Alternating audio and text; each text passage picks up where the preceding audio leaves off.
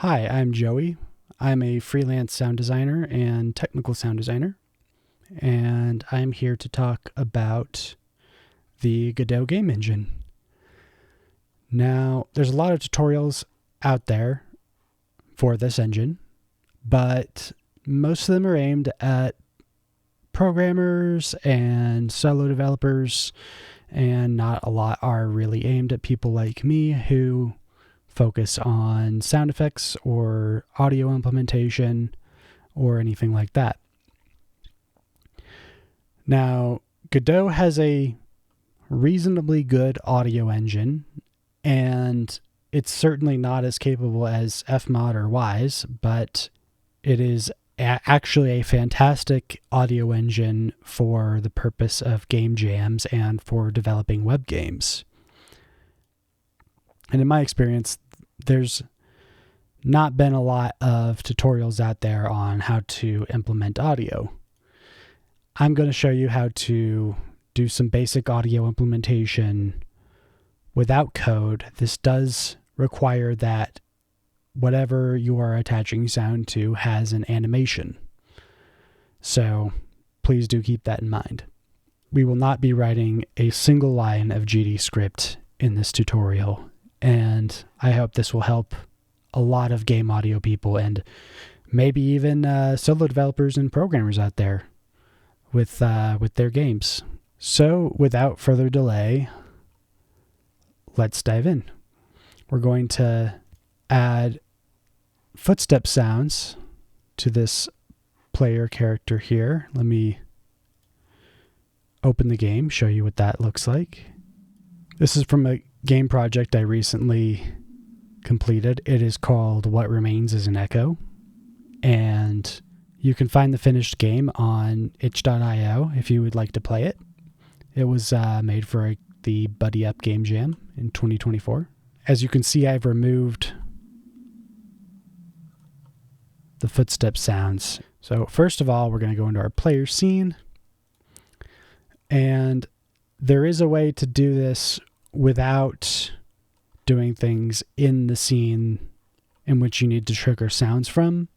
However, it requires an add-on, and I might cover that in a later video if there's enough interest. But for now, I'm just going to go with doing this the basic way, using vanilla Godot, because it is what everybody who's using this engine is going to have access to, and it's most likely not going to change a whole lot in the near future. So the method I show you in this tutorial should work for a good while. All right, first I'm going to create a node TD. This is not a required step. I just like having a separate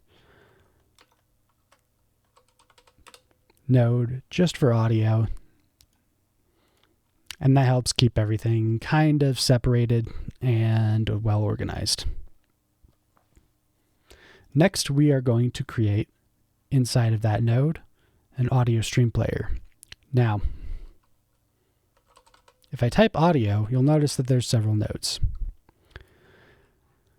The AudioStreamplayer 2D and the AudioStreamplayer 3D are for positional sound or spatialized sound, whatever terminology you would like to use. They are for audio that pans automatically and does automatic distance attenuation.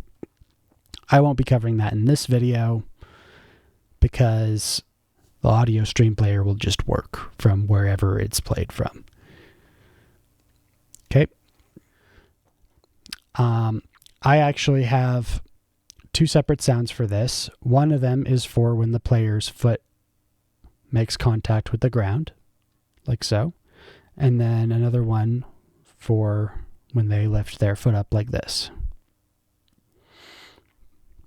I did that so that there would be a good deal of variation. It is a footstep sound. You're going to hear it a lot. You're going to want a lot of variation just to make the player's experience a little less grating when listening to footsteps. So I'm going to make 2 audio stream players. I'm going to call one footstep contact and one of them footstep lift. Now you can add an audio stream randomizer for these directly in the node itself. However, if you ever need to edit that, then you will have to basically edit the node itself and therefore the player scene. So what I'm going to do instead is I am going to make a separate resource in my file system, in the game's file system. We're going to go to Audio Stream and select Audio Stream Randomizer. And we're going to call this footstep contact as well. All right, now that we have our Audio Stream Randomizer open, we are going to click Add Element. And you see this thing where it says Stream Empty. We are going to drag our audio assets into one of these. Click Add. And we're going to do this for all of the assets we have for this particular sound. In my case, I have 6. Now you'll notice once I add the 6th one, it creates a new page. You can only have 5 per page, but there is as far as I'm aware, practically unlimited amount of streams you can add to this.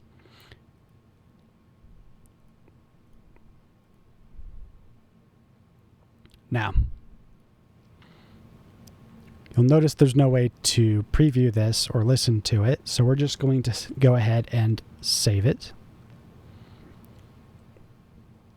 Oh, before I add it to the stream player, I am going to make the random pitch modulate by about 1.1 and the random volume modulate by about 3 decibels.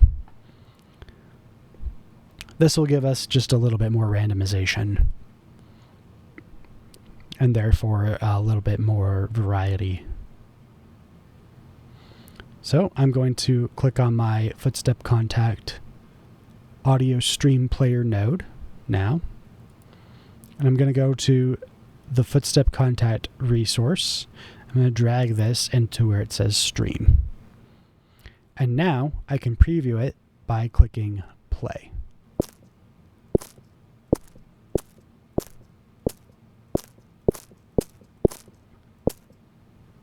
Excellent.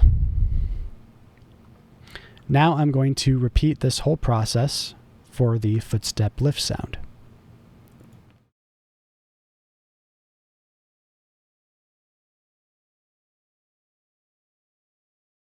I'm going to add just a little bit more variation to that for the pitch.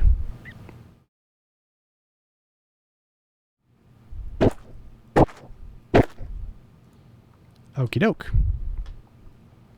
And now we're going to make these audio stream players trigger when the correct frame of the animation is played. So what we're going to do is, if you're not on this screen, if you're say here or something, you're going to go to Animation Player. You're going to select the animation that you would like to add sounds for. You're going to click Add Track. Now you'll notice this says Audio Playback Track. You do not want this for this specific situation. This is something that is useful to play multiple audio tracks through an audio stream player, but you cannot add any randomization to your audio that way. Or if you can, it's very limited. So we're not going to use that. We are instead going to use the call method track. And we're going to select our audio stream player. I'm going to do this for the second one since I have two sounds. And now we are going to zoom in on our animation. We're going to scrub the timeline until we find the animation frame where we want to trigger the sound. So I think right there is where I want to trigger the contact sound. So we're going to go to our footstep contact track, right click, insert key, and click void play. And now, just to show you, if I open the game up, when that frame is played, you will hear that footstep sound trigger. I'm going to go ahead and do this with all the frames I like this to trigger on, which I believe is just those two. Yeah. So what do we got here? 1, 2, 3, 4, 5 frames there, and 1, 2, 3, 4 frames there. Okay, so we're going to put the lift sound here, and again right here. And now if I play the game, I need some adjustment to the timing, as well as to the volume. The lift sound is playing a little bit too loudly and not at quite the right time. So what we're going to do is we're going to go here, make that, say 10 decibels quieter. We're going to go back to our animation player. What I'm going to do here now is if I click on this, if I hold Control, I can move my keys granularly across the timeline, so I don't have to move them to an exact frame. What I'm going to do here is space these out so that they're a little bit more even.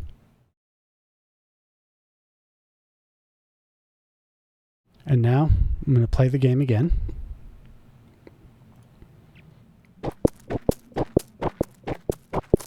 And just like that, we have it. Significantly more natural sounding footsteps. All right, that completes this tutorial. I hope that if you've stayed and watched this the whole time, you've learned something valuable. And if you would like me to make any more tutorials like this in the future, please let me know. I would be happy to help out any fellow game audio people with Godot integration. I'll also leave my links to my itch.io and my Discord and LinkedIn in the video description. So if you want to check that out, feel free. Until next time, peace.